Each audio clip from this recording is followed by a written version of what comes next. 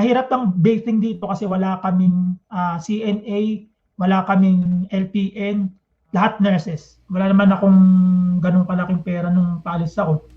Ang dinala ko lang 4,000. Yung 2,000 pa nga doon, inutang ko lang.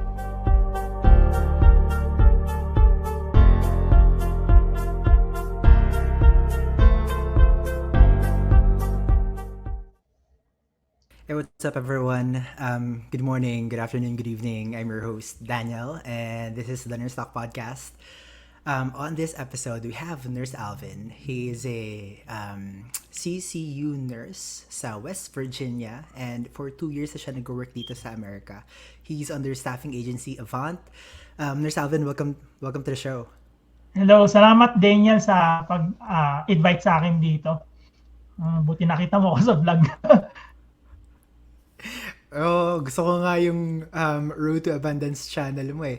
Yeah, but by the way, can you before we start, para sa mga audience na nakikinig na gusto makiconnect sa'yo, how can they reach you? Search nyo lang sa YouTube yung Road to Abundance. Iba yung spelling na road tapos 2, na number 2, tapos abundance kasi meron ibang Road to Abundance doon eh. Parang sa India yata yan. Kaya ginawa akong ganun. Meron din Actually, Facebook page. Okay. So YouTube and Facebook page. Okay, that's good. Yeah. So, Alvin, can you give us a small introduction lang of yourself?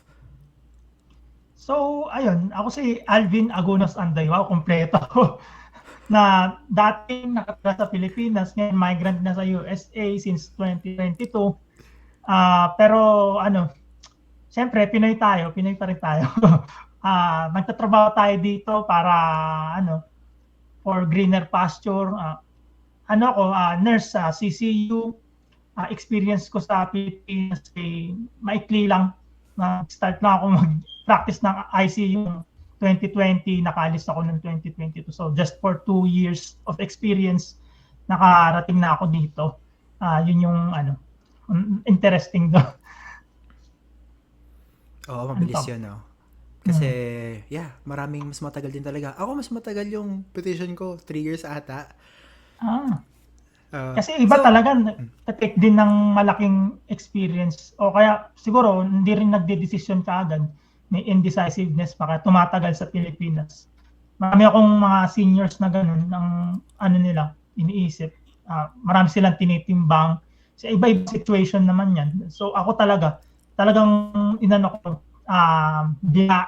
binraso ko na mabilis kasi kailangan ko rin syempre ng pera, yung talaga yung number one na iniisip ko. Yeah, totoo, no? Pag minsan ang tagal natin mag-decide, which is a decision kasi hindi ka nagde-decide. Ang dami talaga na-delay din talaga. Totoo yun. Oo, I agree. So, can you share us lang yung journey mo sa US? Paano ka naghanap ng staffing agency mo papunta dyan? Nag-refer ka ba o sinearch mo lang sa YouTube sa mga advertisement nila? And ano yung mga requirement na ni-require nila sa'yo? So, ng staffing agency ko, Avant, nalaman ko siya sa workmate ko. Actually, research ako, marami akong tinanungan. Isa dati sa tinanungan ko, nung nagpasa ako sa kanila ng resume, hindi nila ako tinanggap. Kasi kaka-apply ko lang sa Pilipinas, parang 2 months pala ako nagtatrabaho sa ICU. Sabi nila, you must have 2 years of experience para makapag-apply dito. So, tinanggal ko na yung Avant. Tapos, nung nagtuloy-tuloy ako sa ICU, umabot ako ng 6 months doon. Meron akong kasama sa ICU, ni-refer ako. Saan mo ko re-refer? Sa Avant. Avant? Nag-apply na ako dyan. Bawal ako dyan. Hindi, pwede yan. Tapos, nung na ako doon, natanggap ako. Nagulat ako, paano nangyari yun? Hindi ako tinanggap kasi 2 years eh. 6 months na ako, saka ako natanggap. Mukhang kailangan talaga nila. Doon ko lang naisip. Tapos yun, mga requirements nila, so sobrang straightforward na kasi yung NCLEX ko, okay na nun. Nung nag-apply ako sa kanila, wala na akong problema sa NCLEX. So, IELTS na lang. Sila yung nag-shoulder ng visa, etc. Pero yung NCLEX tsaka IELTS, ako na yung gumastos nun. Hey nurses, if you like this video, please make sure to subscribe to my newsletter to get more information about migrating to the States and getting the right employer. Let's go back to the video. Ang galing, no? Hindi ka napudbahan ng una, pero yung pangalawa kinuha ka. Parang kalokohan yun ah. Ang nakakaloko. Magkaiba yata yung kausap ko eh. Ang galing, no? Pero minsan sa mga application, kailangan din pina-follow up mo rin talaga. Doon ko na-realize. Baka iba kausap mo or o baka iba na yung pangangailangan nila ngayon. oo, tama. Totoo yun, na kailangan talaga pina-follow up mo. Kasi minsan talaga, no, parang bigla na lang hindi gagalaw yung application mo, pero pag follow up mo, bigla na lang siyang gagana at bibilis. Yan, experience ko yung mga ganun. So, paano yun? Yung final ka nila, was that regular or premium processing? Premium processing. Kasi alam ko lahat yata nung time na yun, premium lahat kasi COVID na nun eh. Nung nag-apply ako sa kanila, mga around July 2020. Mga 6 months na ako sa Medical City. Doon kasi ako nag-work sa Medical City sa Pilipinas. Tapos ano nga ba yun? Sinasabi ko. Na out of ako. Sa Medical City? Ayun. Yung question, ano nga ba? Hello? Ayun. Yung tanong kanina na gusto mo, nakalimutan ko. Yeah. Na-out ako. Anyway, okay lang yan, sige. So, teka, so na-assign ka sa West Virginia, ikaw ba yung pumili nun? O parang, alam mo yun, parang yun na yung available that time? So, sa Avant, ang sistema nila, sa una pa lang, may disclaimer na sila. Sabi nila, dito sa agency na to, kami. Pero, pwede mo kaming bigyan ng 3 choices para makonsider namin kung pwede kang i-assign doon. Pero at the end, kami pa rin yung pipili. Depende sa availability namin at saka sa yung demand ng clients. Binigyan nila ako ng mga interviews. 3 interviews yung ibibigay nila sa akin. Nauna yung sa West Virginia. Sa West Virginia, siyempre sobrang excited na. Parang, mamadali na tayo. Natanggap ako. Parang sabi sa akin, amenable ka na. Yes, sa ganito. Yes, sir. At yes, hindi ko na masyadong sobrang ko. Dating ko ako na-realize yung nagawa ko. Pero wala, nandyan na eh. Well, at least, well, dahil din nag-decide ka agad, di ba, tuloy-tuloy lang din yung application, di ba? Less delays lang din. Alay natin, no? Pag naghintay-hintay ka pa, baka na-delay ka rin ng konti. No, which is, ako okay lang din yung ganun. Yeah, okay lang din yung ganun. Yung iba kasi talagang masyadong mabusisi rin sa employers. Lalo na yung mga may experience sa Middle East o kaya sa UK. Parang scrutinize din nila kung ano yung pupuntahan nila. Sa akin naman, galing akong Pilipinas. So wala na, na to. Pero kaya galing akong Pilipinas mas mababa sweldo dito eh. Doon na ako sa mas mataas. Ganun. Wala nang iniisip. Pero ayoko talaga ng night shift, Diyos ko. Yung talaga pinagsisihan ko eh. Totoo, no? Totoo. Pero alam mo, ako din night shift eh. Nakakainis nga rin. Ayoko na night shift, pero night shift din ako dito. Parehas tayo. Ano pinili mo lang din? Hindi. Actually, hindi nga namin pinag-usapan yun yung umpisa eh, na magiging night shift ako. Pero, grabe, sobrang konti ng mga night shift sa amin, kaya inassign ako sa night shift. Pero in the future, makikiusap din ako na ilipat ako sa day. Iba-iba talaga sa mga agency or sa mga kontrata. Iba-ibang senaryo talaga yun. Totoo. Sa Avant kasi ano yung ganun kadalasan sa mga nag-aano diyan ng Avant, sa mga nag susuri sa Avant, yun lang. Wala silang ay wala kang choice kapag yun na yung sinabi mo, yun na yung usapan nyo, stick ka na doon. Ganun. Kahit gusto mo magpalipat, sasabihin lang nila, yes, sige, consider natin. Pero syempre, mahabang proseso yun eh. Hassle sa kanila yun, kaya hindi nila papansinin yun.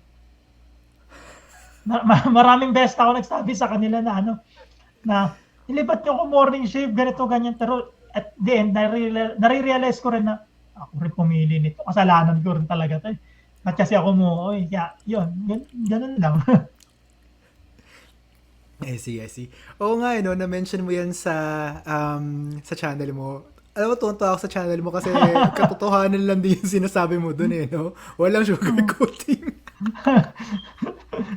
Wala, hinahaluan ko rin ng comedy para kaano masaya.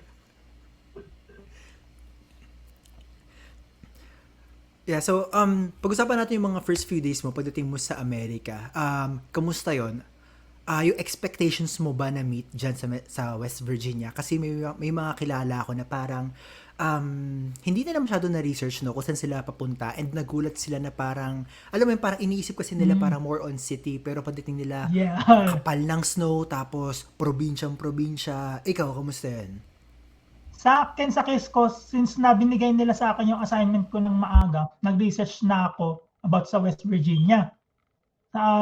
Nakita ko naman na bulubundukin talaga dito, taong bundok talaga. Tapos talagang ano, walang masyadong infrastructure, puno lang, puro puno. So, yun, yung expectation ko, yun talaga. Pero yung upon entry sa US, yun dun ako nagkaroon ng expectation versus reality. Kasi ang entrance ko hindi sa West Virginia, sa Georgia. Tapos nag-transfer kami sa Florida for a month kasi ganun sa Avant sa mga gusto mag-Avant diyan. Ang advantage ng Avant, meron silang 2 months na transition program. Sa transitions program na yon, bayad na kayo minimum wage. Tapos hindi pagdating niyo dun sa assignment niyo, wala na kayong aantayin start na ora-orada. Kasi sa ibang agencies mag-aantay pa like 2 to 3 months. Diyos ko, nag-antay ng 3 months lang sweldo. Yun lang yung advantage. So going back to expectation. Nag-expect nga ako na yung pagdating ko dito US, yun may mga tall buildings. Yun ang una kong hinanap, mga skyscrapers kasi fanatic din ako ng mga infrastructure na magaganda kasi nag-abroad na rin ako dati sa China, sa Hong Kong, sa Singapore. Nakita ko yung mga infrastructure doon, talagang nung pumunta ko, namangha talaga ako. Pagdating ko dito, syempre, na-compare ko kasi galing ako doon. Napansin ko, mga bansot ang mga building dito. Hindi sila mahilig sa mga skyscraper. Yun nga. Pero, yun, it's a matter of prioritization niya sa government nila na hindi naman nila kailangan na mag-build ng ganun kasi ang laki-laki ng landmass nila. Tsaka meron silang ibang priorities. Yun yung napagtanto ko na iba pala pag nakita mo na talaga. So dito sa US, hindi ito inisip ng karamihan, buong US puro building, mga maunlad. Hindi. Most of the geography dito talagang nature, yun ang kinagandahan din. Hindi nila masyadong na-compromise yung mga balance ng space at saka infrastructure except siguro sa New York City na napuntahan ko. Oh, nice. Nakapunta ka rin pala sa New York. Kaya mo, nakapunta na rin yata eh. Yeah, pero way back nung bata pa ako noon. Nice. Sana all. Anyway, so sinasabi mo, no, pagdating mo sa hospital mo, start ka na agad. So, mayroon bang parang at least parang 1 week training lang to familiarize yourself dun sa workplace mo, ganon? Yung first 3 months dun sa assignment ko, orientation yun. Bali, pagdating ko ng West Virginia, actually 3 days lang ang in-stay ko dito. Nag-start na kagad ako sa hospital. Yung 3 days na yon, ginugol sa pagse-settle ng apartment, pagse-settle ng kotse, pagse-settle ng lahat ng documents. So, pagpasok ko wala ng problema, meron akong sasakyan, meron akong apartment, okay na. Sa Florida pa lang inano ko na, sinimulan na namin yun. Yun yung kinagandahan din ng transitions program.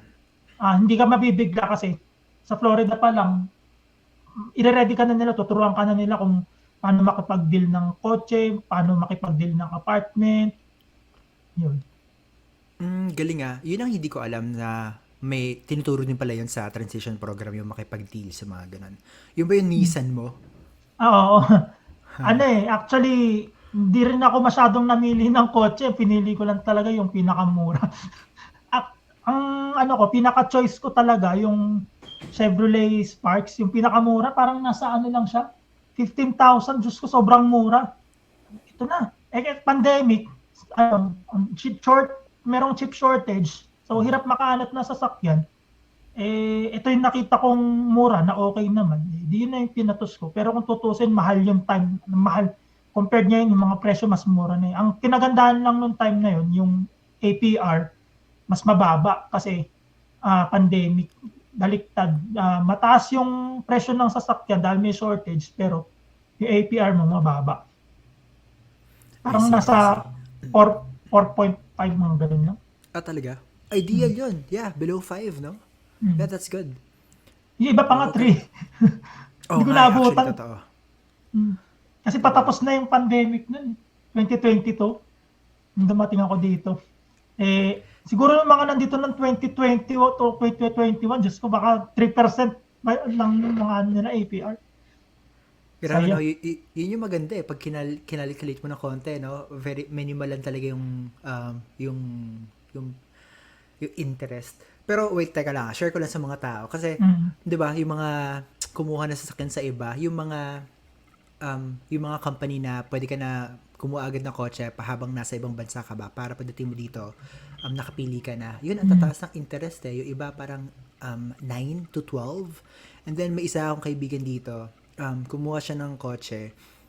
Actually, SUV. Bago lang din siya, pero dinaan niya agad sa bangko. So, yung loan niya is 20 plus. Ang laki nun, grabe. 20 plus, no? Medyo masakit yun. Tsaka hindi ideal yun.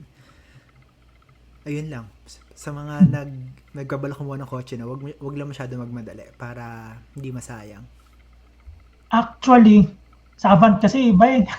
Required talaga. Kung alam ko nga lang, kasi iba yung mga taga-Connexus dito, maraming taga-Connexus dito.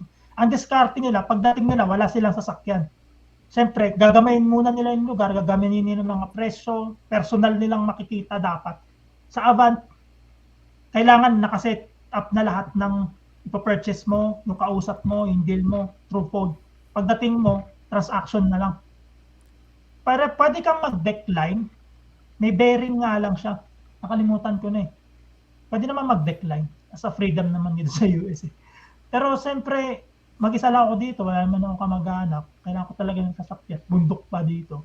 No choice talaga, kaya ako kotse. Oo, nakita ko nga yung area mo eh. Parang walang Uber ata dyan eh, no? Wala talaga. Yeah. Okay. So, balik lang tayo sa work mo. So, CCU nurse ka. Can you share lang, no, yung mga typical day at work mo? No, pagdating mo, paano magsisimula yung araw mo? So, dito, nagsisimula yung araw ko, alas 4 ng hapon kasi baliktad.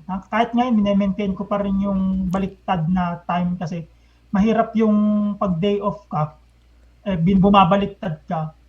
Masisira talaga ang health mo nun pag ganun. Ako, health conscious ako. So, talagang kahit na day off ako, gising ako sa gabi para hindi matinding epekto sa akin ng night shift. So, going back, pumapasok ako ng mga 6:40. Kasi 6:40, advance yun. Ang talagang time dito, 7 p.m. Pero lagi akong 6:40 pumapasok. Ginawa ko na siyang habit para hindi ako malate. Kasi tinatakot nila dati na kapag malilate daw, bawas daw sa sweldo, malaki. Pero napagtanto-tanto ko, wala naman talagang ganun nangyayari. Pero at least ba, hindi naman ako na late. pinagmamalaki ko rin na ever since na pumasok ako dito noong 2022, never talaga ako na-late. Sa kadahilanan na natakot din ako sa ganun. Siyempre, dollars yun, malaking mawawala sa akin. Tapos, yung pagpasok ko, yun, pag pumasok na ako sa CCU, punta muna ako sa locker, mag-aayos mo ng konti, tapos konting chika. Kasi yung mga kanunan, sobrang laid back. Ay, dito sa West Virginia, sobrang laid back ng dito, ng work.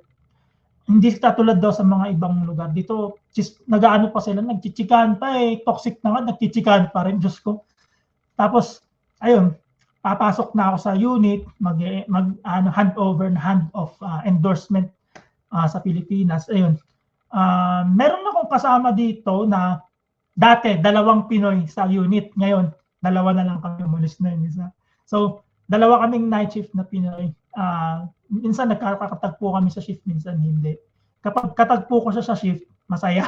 Pero pag hindi, medyo malungkot lang. Siyempre, iba pa rin may kasamang Pinoy.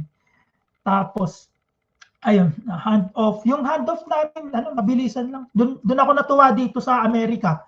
Kasi, sa Pilipinas, ang endorsement, di ba? Endorsing, patient, churba, ganyan. Tapos babasahin mo pa yung chart. Diyos ko, sobrang hindi straightforward. Siyempre, hindi naman lahat yun papasok sa utak ko. Parang waste of time talaga siya. Hindi, dito, ang galing. Usap lang ganun. Patient, ganyan. Sobrang systematic, natuwa talaga ako dito. Kaya, kung i-implement din sa Pilipinas yung ganun sistema, laki ng diferensyang mangyayari. Tapos, yung handover pa dito, bedside. The first time ko nag-bedside na handoff dito sa CCU, may kasama akong mentor, meron akong kasamang taga-turo. Actually, kinakabahan talaga ako, syempre first time. Pero nagulat ako sa feedback niya, hindi raw nanalata na kinakabahan ako, pero kabang-kaba na talaga ako. Tapos, yun. Pagkatapos ng handoff, pagkatapos ng tingin-tingin muna ako ng chart sa computer, siyempre, check ko dun kung tama ba yung pinagsasabi sa akin ng ka-endorse ko. Bukod pa dun sa bedside report, kasi sa bedside report, magbusisi din ako. Tinitignan ko, yun ba talaga yung swero? Ayun ba talaga yung lip line ng tubo? Ayun ba talaga yung nilagay mo na drip? Tama ba yung mga label?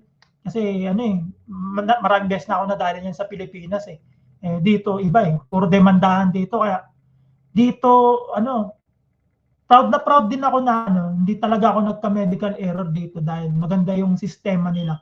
Sa Pilipinas, abinado ako, maraming beses ako nagka-medical error. Ayun. At saka kino-consider din nila yung bigat ng staffing dito. Hindi na yung kinagandahan. Kaya tulungan talagang ganda ng team dynamics dun sa CCU.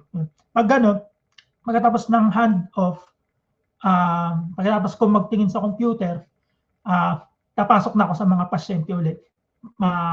Initial assessment na ako bukod sa inspection na ginawa ko. Head-to-toe assessment. Iba lang sa CCU, ICU, matagal ang head-to-toe assessment. Talagang aabot siguro ng mga 5 minutes, pero kapag ang pasyente mo talagang critical talaga, baka mas matagal pa, 10 minutes. Yung tipong maraming drips, nakakonect sa CRRT, nakakonect sa ventilator, o minsan naka-IABP pa. Yun, matagal talaga ang assessment nun. Kasi titignan mo pa yung likod niya, titignan mo kung may may pressure sore. Kadalasan kasi may mga pressure sore sa ICU. Actually, yung mga pasyente na may pressure ulcer, galing yun madalas sa mga nursing facility, palagi trademark doon. Ewan ko kung anong meron dun sa nursing facility dito. Pag nagbibigay sila ng pasyente dito, palaging may tato. Yun ang tawag namin. Ano yung tato? May tato na naman yan. Ayun, yung pressure ulcer, yung tato. Trademark na yan. Dito sa CCU, sa hospital namin, talagang proud din ako kasi hindi nagkaka-incidence dito ng pressure ulcer. Maganda yung sistema ng scheme implementation dito. Tapos, yun, after checking, titingin na sa EMR, kukuha na ng gamot, bibigay na ng mga meds, feeding na, mag-change na ng tube kung kaya. Usually sa night shift kasi routine works lang. kung may katoxican man, yun yung mga katoxican na napasa from the morning, iaano mo na lang, isa-settle down mo na lang sa gabi. Tapos around mga 10 p.m. to 3 a.m. sobrang petiks na nun, mag-cellphone na lang kami nun, o kaya magkukwentuhan, manonood ng Netflix. Actually, dito, kahit matulog ako, okay lang. Hindi dito uso yung yung toxican daw sa ibang sa ibang facility na pag natutulog ka raw, pipicturean ka raw para ipakita sa supervisor at mawawalan ng trabaho. Wala. Buti na lang okay yung mga kasama ko dito. Pero syempre, doble ingat pa rin tayo. Kahit na natutulog ako, pag narinig kong may tumunog, alerto pa rin ako talaga. Ewan ko, nasanay na ako ng ganun. Usually, nakakatulog din ako sa shift like mga 1 hour or kapag sobrang petiks talaga, 2 hours. Sa upuan, ang cozy kasi na upuan dun sa CCU. Tapos, yun, pag pasok ng mga 3 a.m., depende rin sa diskarte, nagbabago-bago rin yung oras Yung routine nagbabago, depende sa sitwasyon. Pero usually, pag 3 a.m., magbabath na kami niyan. Bath na ng pasyente, pang night shift yan. Mahirap lang bathing dito kasi wala kaming CNA, wala kaming LPN, lahat nurses. Dito sobrang shortage ng staff. Kaya kapag nandito yung Pilipino kong kasama, May, tara, ba't tirahin na natin yung pasyente? O tara. Ganun lang kami, sobrang easy. Hindi katulad kapag sa kanwa ko magsasabi parang parang hindi hindi ako ganun ka-komportable. Iba pa rin yung may kasamang Pilipino. Although tumutulong naman sila, hindi naman sila nag-hesitate na tumulong. Iba lang talaga yung may kasama kang Pinoy talaga.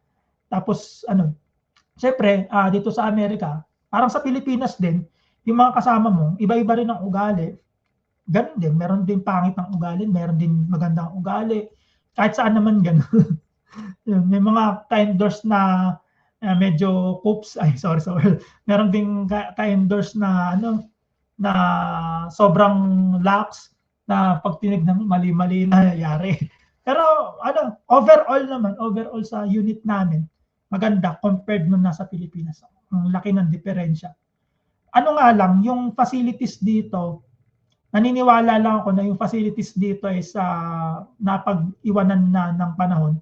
Kasi hindi naman sa pagmamebang mas maganda pa yung facilities ng medical city sa Pilipinas. The medical city is sa Pilipinas lang yun. Tapos hospital ng US natalo nila sa facility. Wala. Kasi dito malayong far-flung area kasi dito. In expectation versus reality rin. Kapag nasa far-flung area ka, mas salat din sa technology. Pero hindi katulad sa far-flung area sa Pilipinas, so sobrang dugyot na talaga, wala na talaga. Dito kahit paano, okay pa rin. Mabubuhay pa rin yung pasyente. May pa rin, helipad pa rin. Pag na-stroke, helicopter, ganun pa rin. Talagang state of the art pa rin kahit paano. Yun. Yeah, no, totoo.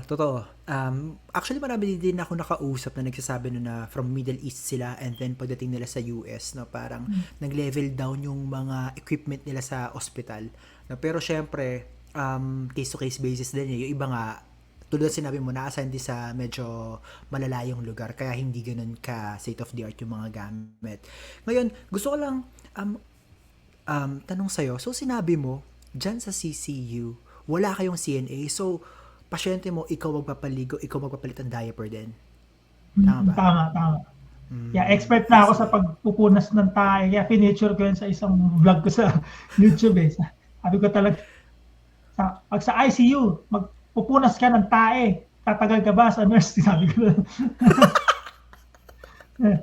Expert na rin. Parang na rin ako LPN Lahat na, ginawa namin. Pati television Yun nga lang pag sa far-flung area Siguro yun yung isa yun sa mga changes, no? Kasi ako, nag-work ako sa skilled nursing facility. Doon naman, lahat ng mga linis, CNA ang gumagawa talaga. More on, nakafocus lang kami sa pagbibigay ng gamot. No? Which is, minsan kasi pwedeng hindi mo ma-feel na nurse ka talaga kasi you just passed the medication. Gets mo, yung mga critical thinking parang hindi ganun masya-sharpen masyado eh. Pero may mga chances din na pag, alam mo yun, may mga nangyari. Dapat alam mo rin para mapadala mo agad sa ospital yung pasyente. Ayun. Parang alam ko yata supervisor kayo dyan pag sa skilled nursing facility. Pwedeng may pagkaganon siguro kasi iba pwede pong makiusap na gawin mo yan, gawin mo to. Mga ganun ba?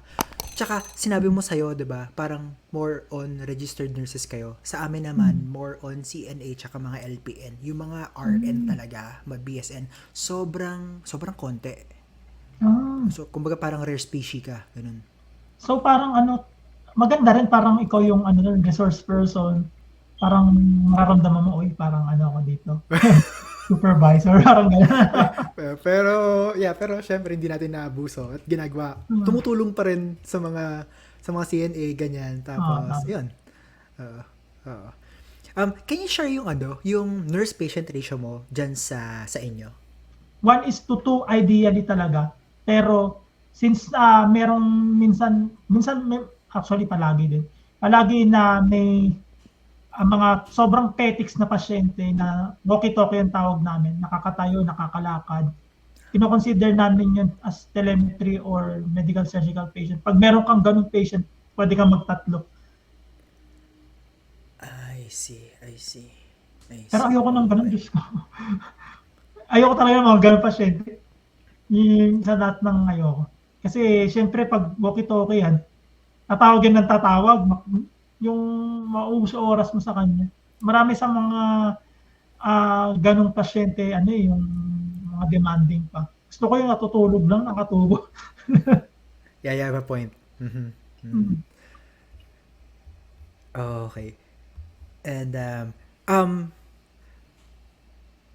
so, can we talk about the salary of nurses dyan sa West Virginia? In terms of like sa mga bagong dating, sa mga entry level, can you give us a range lang ng salary ng mga immigrants? Ngayong 2024, $37 per hour yung entry level dito kasi recently nung March pumasa nung February pumasa yung wife ko ng NCLEX. Tapos nag-apply siya dun sa hospital na pinagtatrabahuan ko.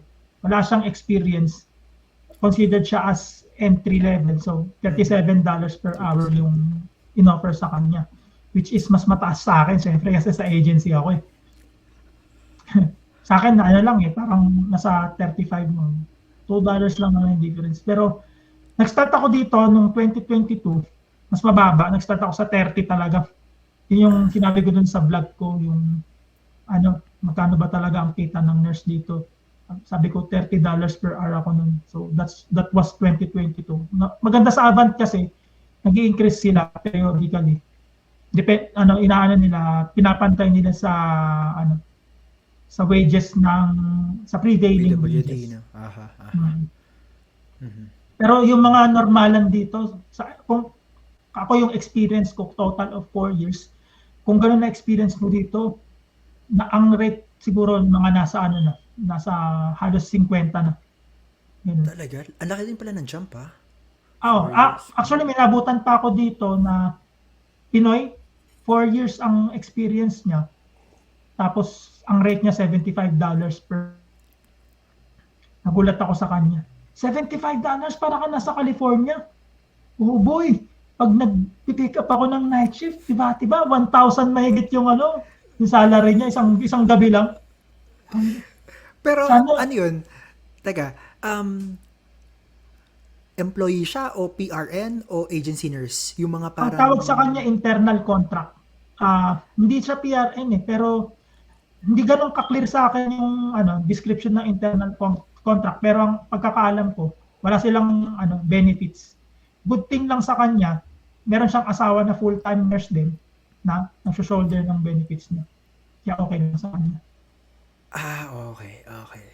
Pero umalis na siya, lumipat na siya ng Virginia kasi inabolish, tinanggal na dito yung ganung sistema. Siyempre, business, masyadong malaking rate, babaan natin. Nung ganun yung ginawa, umalis na siya. Pero matagal din siya dito. Naka 3 years din siya na $75 per hour. Diyos ko. Ang dami mo matitipid doon, no? Lalo na, I think ikaw kasi matipid ka eh. Kung gano'n ang No? rate ko dito, hindi na ako lilipat. Diyos ko. California na yun. Oo nga eh, no? Actually, ganun, alam mo yung sinishare mo sa akin ngayon, ganun din sa amin, may mga parang, kung wala talaga makuha, parang kumukuha sila ng mga agency nurses, ang tataas na. Same din yung salary, almost higher pa ng konti. Nagulat din ako noon, what? Ang laki naman ng pay dito. Grabe. Pero, Kaya, sorry, sige. yun. Kaya definitely, pag natapos ko rin tong kontrata, lilipat talaga ako. Siyempre, gusto ko dun sa mas malaking pera. Pera-pera lang talaga tayo. Kaya lang naman ako pumatol sa $30 per hour. Siyempre, gusto ko pumunta ng Amerika.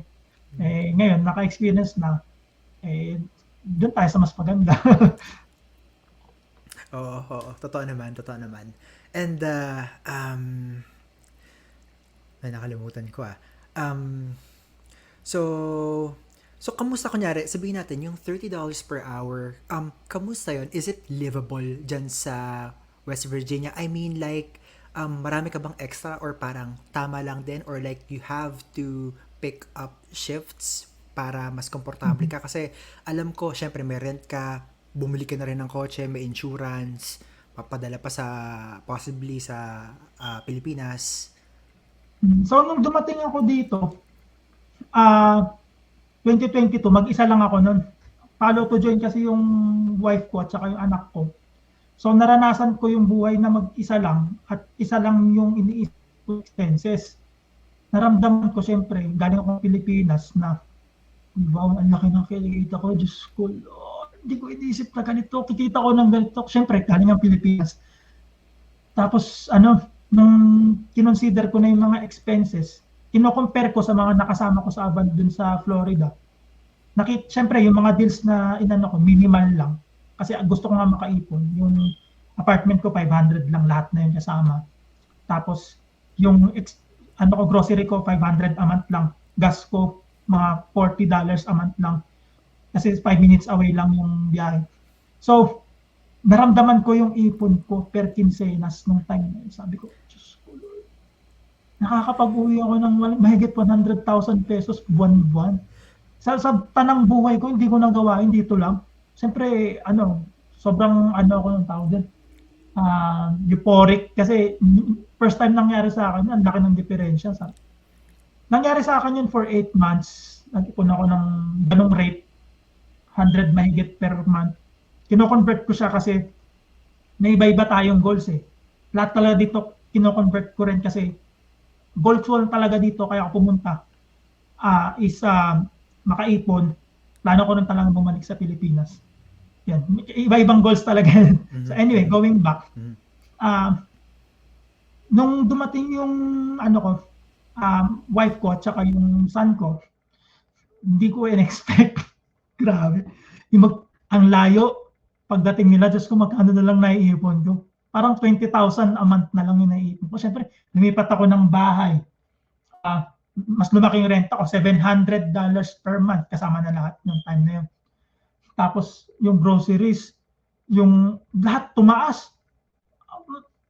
So, kailangan ko napapaisip na ako mag-pick up.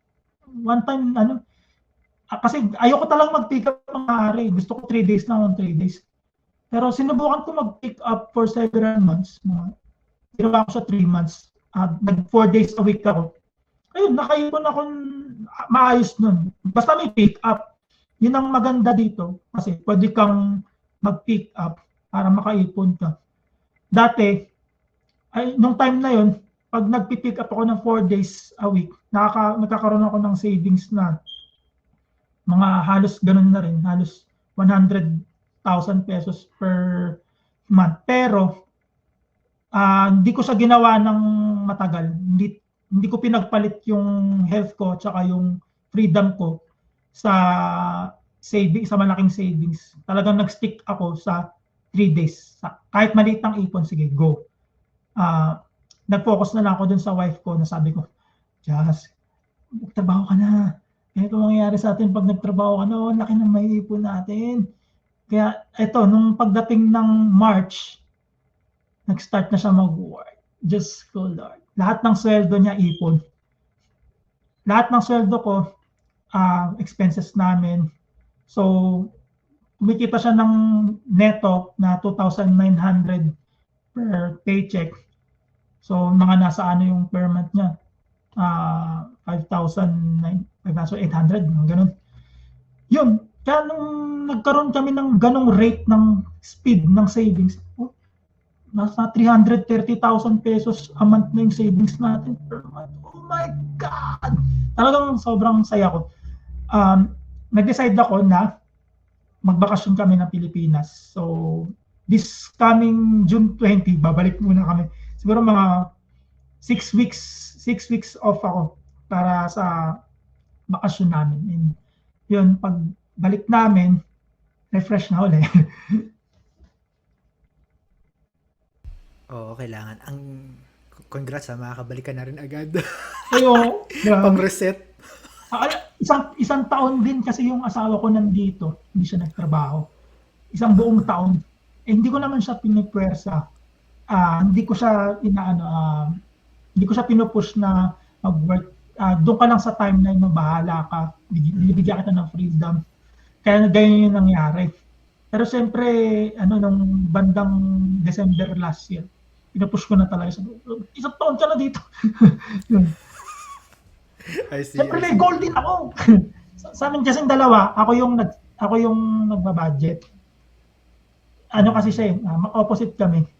Ako yung matipid, siya yung magastos. Siya yung happy go lucky, parang gano'n. Ako iniisip ko talaga yung future namin. Sobrang futuristic ko. Tsaka entrepreneurial minded. Marami akong pinasok na negosyo eh. Yun lang. Dami ko ng kwento. Tama yun. Kasi, para sa akin, no? Ako din medyo, same tayo, no? Before, like, nasa Pilipinas ako, nag-wedding ako, may sarili akong studio, nag-shoot kami ng weddings dito sa Pilipinas. No, so, dahil na-experience ko yung may months na malaking kita, tapos may months na totally zero, like August, wala masyadong wedding kasi maulan. Kaya dapat talaga nagpe-prepare ka for the months na mababa yung kita mo eh. Or hindi mo masabi pag may nangyari, tapos ang dami mong bills kasi ang dami mong gustong bilhin, no? Tapos boom, wala kang pambayad. So, walang tutulong sa'yo kundi sarili mo eh. No? Interesting yung photography business mo. Nasa freelancing din kasi ako dati. Kaya connected ako sa mga photo booths, sa mga banda, sa mga event planning. Ang ko nga lang, specialty sa banda kami. Astig. Minsan pag-usapan din natin yung mga ganyan, mga hobbies natin na kumikita. Pero teka lang, balikan ko lang yung rate na sinabi mo sa akin sa hospital. Share ko lang, no, kasi ang dami ko nakausap. For example, sa amin sa SNF, medyo konti yung mga incentives, walang night differential tsaka weekend differential. Meron lang kami mga pick up na bonuses, tsaka syempre umaasa yung mga tao doon sa 1.5 na overtime rate. Sa inyo ba meron kayong mga incentives na ganun na yung mga differential? Ayun yung nakakainis kapag under ka ng agency like Avant. Yun yung ayaw ko sa Avant. Gusto ko yung Avant kasi may utang na loob ako sa kanila, tinulungan nila ako dito, pero dun sa fact na yun, talagang nakakatampo sila kasi first time nangyari sa akin noong 2022, nag-offer yung supervisor. Pasok kayo, meron triple incentive plus 425. Oh, sige. Pasok ko. Tapos malaman ko, hindi pala bayad yun. Wala akong incentive. Bakit? Kasi under ako ng Avant. Tinanong ko yung Avant, diniscuss ko, bakit wala akong ganyan? Hindi raw ako eligible sa ganun. Malaman ko, kasama pala yung sa pinirmahan ko nun. Going back sa contract.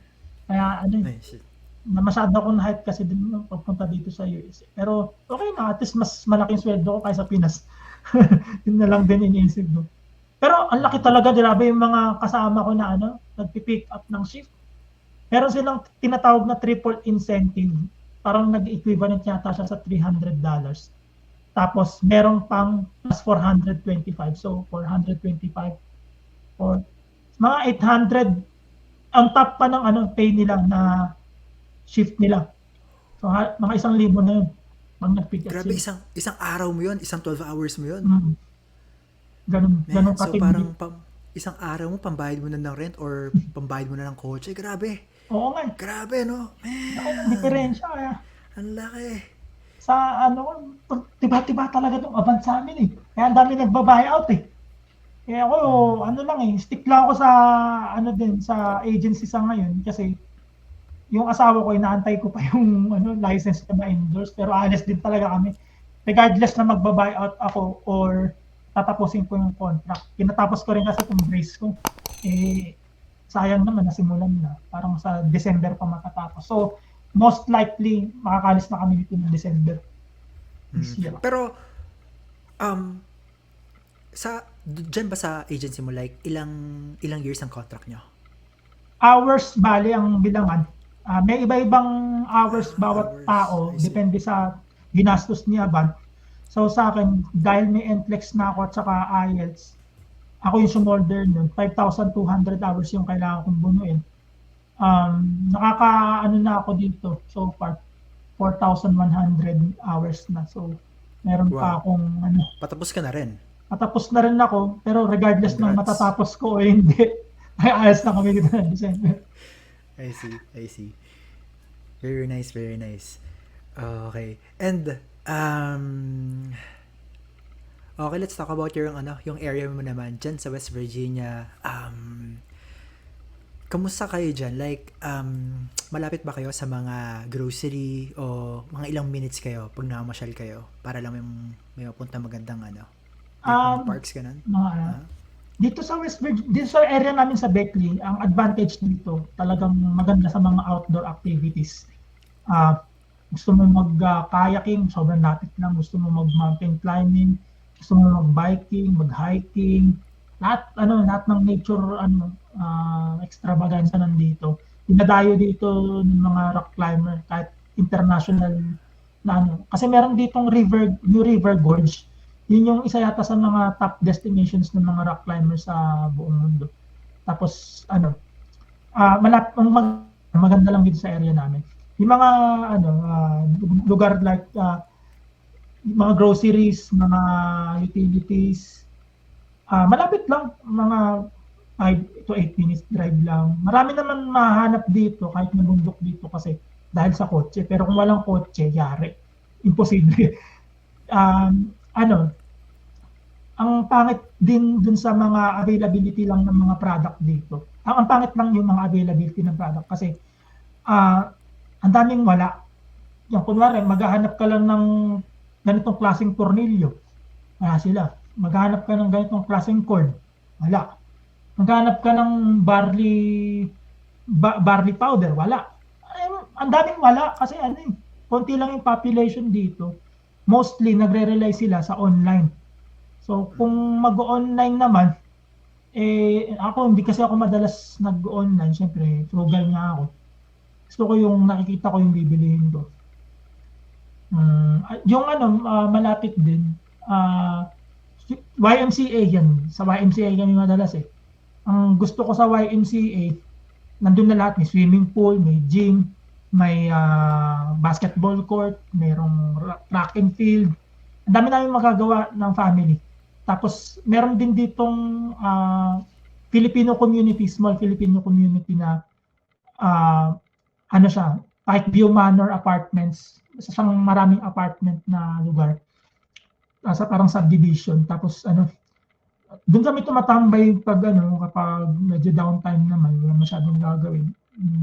Nagtukumpulan yung mga marites na Pinoy. Tapos, nagkukumpulan din yung mga basketballista katulad ko, nagbabasketball. Yung ganun. Ganun setup doon kapag wala masyadong ginagawa. I see. Nakakatawa na may ganun kayo dito. And totoo yung sinasabi mo talaga, pag wala kang kotse, very limited talaga For example ako, hindi pa ako kumukuha ng kotse kasi nangihinayang ako sa ibabayad ko na buwababa lang din yung value. So, naghihintay pa ako. Yun nga, indecision din to hindi ako makapasyal sa mga Grand Canyon, ganyan, sa mga malalayong lugar. Puro dito lang din, mga sa malls, puro Uber lang din ako. Um, pero kasi kanina, balikan lang natin, no? Sinasabi mo na alis kayo. So, anong future plans nyo? Are you going to transfer sa ibang state? Yes, sa Northern California ang target ko, sa Sacramento sana. Kasi may napanood ako na vlogger dito sa YouTube, kung masasearch nyo rin na ang pangalan ni Nurse to Riches. Idol ko rin yun kasi siyempre parehas kami ng mindset. Gusto ko, total nandito naman ako sa Amerika, gusto kong kumita ng as big as possible na kaya, na potential ko. So, na-realize ko base sa mga vlogs niya, at saka hindi lang sa vlogs niya, nag-research din ako ng sarili ko, na nasa Northern California talaga ang pinaka-matataas na rate. At bukod doon, kahit mataas ang cost of living, kasi siyempre sabi nila, huwag ka lumipat dyan, mataas ang cost of living, lugi ka rin. Siyempre, mataas ang cost of living, mataas ang kita, mataas ang 401k, at mataas din ang savings. Lahat tataas, hindi naman mababa yung isa din. At saka, meron din mga lugar sa Northern California, medyo afford naman, like Sacramento. Yun nga lang, yung San Francisco, talagang mahirap daw talaga dyan eh. According lang sa mga naririnig ko, research ko, pero wala pa akong self-experience dyan, so hindi pa ako ganun ka-reliable as a source. Gusto ko lang din maranasan kung totoo ba talaga yun. Oo, ano. Naalala ko may kaibigan ako from Texas siya, lumipat siya sa California. Tapos sabi niya, lilipat daw sila sa Fresno kasi yung salary nila mataas, pero parang isa daw yun sa mga lugar na may mura yung rent or yung housing, kaya lumipat sila doon. Fresno, California. Saka kung i-implement ko yung sistema namin ngayon sa California, laki ng masisave namin kasi akin yung expenses, sa asawa ko ipon na. Kung paano sa California, sabihin na natin kumita siya ng $10,000 a month. Isang buwan lang na savings na yun. Pag kinonvert mo is 500,000 pesos. Oh my God, talagang naglalaway ako sa ganyang savings. pero totoo naman, no? Parang yan eh. Parang, kumbaga pag compare mo sa Philippines, parang negosyante ka na rin na yung mga okay na kitaan na rin eh, no? Oo. Komportable rin talaga. Tsaka, syempre, kahit sino naman maglalaway doon. Kasi, syempre, marami akong sinubukan na businesses sa Pilipinas. Nauwi ako sa nursing for the sole purpose na kumita ng dolyar. At kinompare ko yung small enterprise sa Philippines at saka yung ma-earn ko dito sa California, na parang nagtayo na ako ng maliit na negosyo dito. Makakapag-save ka ng 500,000 pesos a month ng walang masyadong headache tulad ng isang negosyo. Maganda i-consider na rin yan. Total naman, nagkakaedad na ako at hindi na ako dapat mag-isip pa ng start-up uli. Kasi kung mag-i-start ako pa ng mga ibang business venture, ganun lang nangyayari sa akin. Mag-i-start lang ako na mag-i-start at hindi magtutuloy. May nursing degree naman ako. Dun na lang ako sa nursing. Hindi ko rin kasi ginamit yung nursing degree ko ng matagal, like 8 years. Dahil nga, yun, masyado akong entrepreneurial mindset. Gusto ko self-employed, gusto ko, ako yung boss. So, hindi ako pumasok sa ospital ng gano'ng kahaba. Pero na-realize ko nga, pera-pera na lang. Bumalik ako sa ospital. Nakakatawa. Ganyan din ako. Sandali ko lang din nagamit yung nursing. Pero alam mo, thankful din ako yun, na nursing degree yung kurso natin sa school. Kasi, nagamit din natin, after ilang years, nakaalis ka, nasa US ka na, immigrant tayo, na magiging citizen, Ilang years pa? Ilang years ka na ba? Ilang years ka bago bumalik sa nursing? Shit, 8 ata? Pares na tayo. Ganon. Yeah. Stig. Nice. Okay. And so bago lang tayo magtapos, no. Anong tips mo for the people na naghihintay ng mga priority date nila? Ano yung mga magagandang gawin nila habang naghihintay sila para pagdating nila sa States is, alam mo yun, mas less yung culture shock, mas mas prepared lang yung mga Filipino nurses. So para sa mga nag-aantay ng priority dates, given na umabot kayo sa ganyang stage, ibig sabihin yan, gusto nyo talaga pumunta sa Amerika kasi marami kayong pinagdaanan at nandyan na kayo. So talagang willing kayong pumunta dito at wala na akong maipapayo regarding sa willingness kasi yun talaga yung magde-determine sa inyo ng future nyo. Ang tips lang siguro yung mga na-encounter ko dito na na-surprise ako, tulad ng budget na dadalhin. Sabi ng Avant, magdala daw ako ng $7,000. Syempre, wala naman akong ganun kalaking pera nung paalis ako. Ang dinala ko lang 4,000. Yung 2,000 pa nga doon, inutang ko lang. Pagdating ko dito, nakita ko ganito lang yung gagastusin ko. Ay, binalik ko kagad yung 2,000 sa Pilipinas. Tinend ko kagad.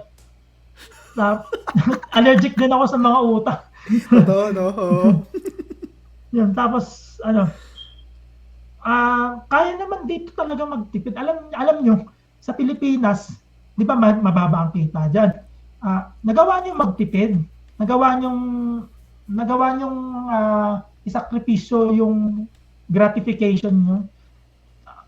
Dito rin magagawa nyo. Pag ginawa nyo yung ganung sistema dito, same, ang laki ng difference na magagawa nyo. Kasi marami rin akong napansin dito na pagdating nila dito, syempre malaki na yung kita. Malaki din yung expenses nila. Maraming ganun. Laging ganun ang hanas na naririnig ko. Nandito kami, lumalaki din naman yung expenses. Ganun yung mga hanas. Talaga, lalaki din expenses talaga kung mag-iiba yung lifestyle. Pero kung as much as possible, same lifestyle ka pa rin sa Pilipinas, ang laki ng matitipid mo. Yan, yun lang. More on katipiran talaga na yung tsaka savings. Mga advice ko. Yeah, totoo naman, no? Kasi pag nakapagtipid ka sa umpisa, tapos may budget ka na, tapos you let that money work for you, no? Mas malaking leverage mo sa buhay. Sabi nga ng kanu sa akin, Philip, ito medyo na-insult ako sa isang nakausap kong Amerikano sa Walmart. Nakakwentuhan nila. Filipinos are going here to enter the rat race. Parang yun, walang kwenta yung pagpunta kasi natrap lang. Ganun ba tingin mo sa amin? Siyempre hindi tayo ganun, nidiskarte tayo, mga Pinoy tayo. Although masakit nga lang isipin na marami talaga din natatrap sa ganyan. Kaya din pinopromote ko din sa vlog ko talaga yung frugality lifestyle and yung simplicity lang para mas okay yung buhay, mas komportable. Hindi yung masyadong naghahabol ng mga nakikita sa social media na may mga formang ganito, formang ganyan. Wala na. Meron kang sariling identity. Yun ang sundin natin, yung sarili natin identity, hindi yung identity ng mga nakikita natin. Yun lang tips ko sa kanila. Alvin, maraming salamat. See you soon sa States, pare. Maraming salamat. Alright.